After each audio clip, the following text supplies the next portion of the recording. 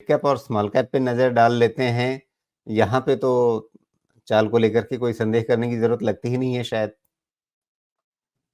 देखिए, mid cap और small cap में तो जो सिचुएशन है, मैं तो हर बार कह रहा हूँ कि चुपचाप पॉज़िटिव इसको देखते रहेंगे धीरे-धीरे। हाँ, ये बात है कि इसमें रिस्क बहुत है।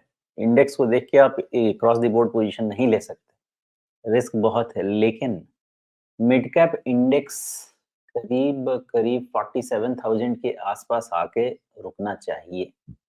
एक बार तो रुकना चाहिए। फिर देखेंगे उसकी वैल्यूएशन उसके बाद करेंगे। ऐसा नहीं कि ये फिनिश है यहाँ से। अलग-अलग मिड कैप इंडेक्स के लेवल्स निकले हैं, जिसमें पहला 47,000 पे हम रिव्यू करते हैं इसको और फिर दूसरा उसके बाद फिर उसके बाद फिर से इसको हम रिव्यू करते हैं। जी, तो 47,000 मतलब सिर्फ़ देखने वाली बात है या एक रेजिस्टेंस दिख रहा है कि वहाँ पे अटक जाएगी गाड़ी एक बार? अ, देखिए रिज़ल्ट सीज़न में हम जा रहे हैं ना, तो किसी भी चीज़ को एकदम बहुत ही वैलिड मान के नहीं चलना चाहिए। उसको एक-एक स्टेप में लेना है, कैसा रिज़ल्ट आता है बिकॉज़ मिड कैप के रिज़ल्ट्स का असर आपको अगले 15 दिन में नहीं दिखेगा। ये करीब-करीब 20-25 दिन के बाद दिखना शुरू होगा।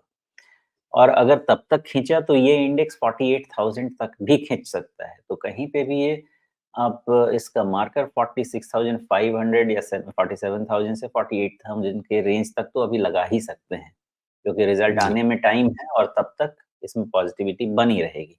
फिर उसके बाद रिव्यू करेंगे। और इसमें ट्रेंड टूटने का लेवल?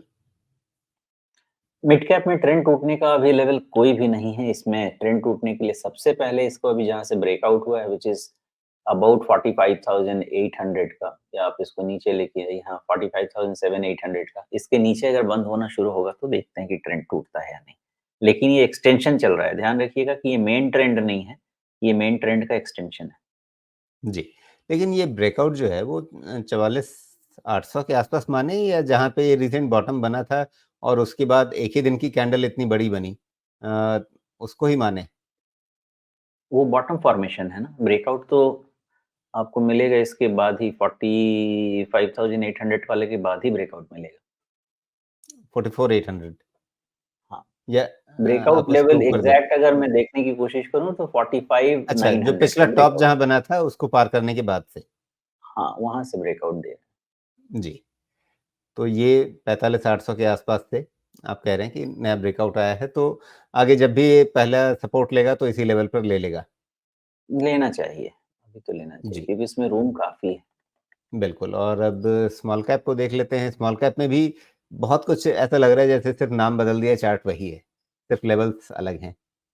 हाँ, लेकिन स्मॉल कैप ना अपने मिड कैप से ज़्यादा जल्दी-जल्दी चीज़ों को कवर कर रहा है और 15,000 अगर स्मॉल कैप में आप सॉरी मिड कैप हम 48,000 तक देख रहे हैं।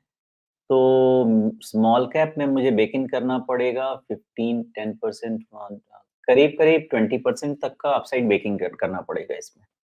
अगर मिड कैप 48,000 तक स्ट्रेच होता है, तो उसके हिसाब से आप इसको करीब-करीब 18,000 प्लस माइनस तक भी ले जा सकते हैं।